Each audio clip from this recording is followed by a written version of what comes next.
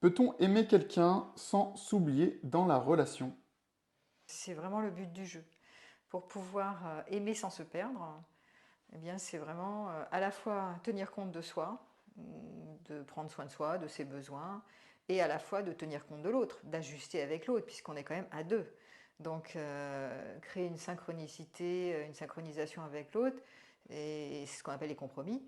Donc, il y a à la fois cette compétence à être tourné vers soi, mais sans être égoïste, et à la fois d'être tourné vers l'autre, prendre soin de l'autre, et sans se perdre et sans s'oublier complètement.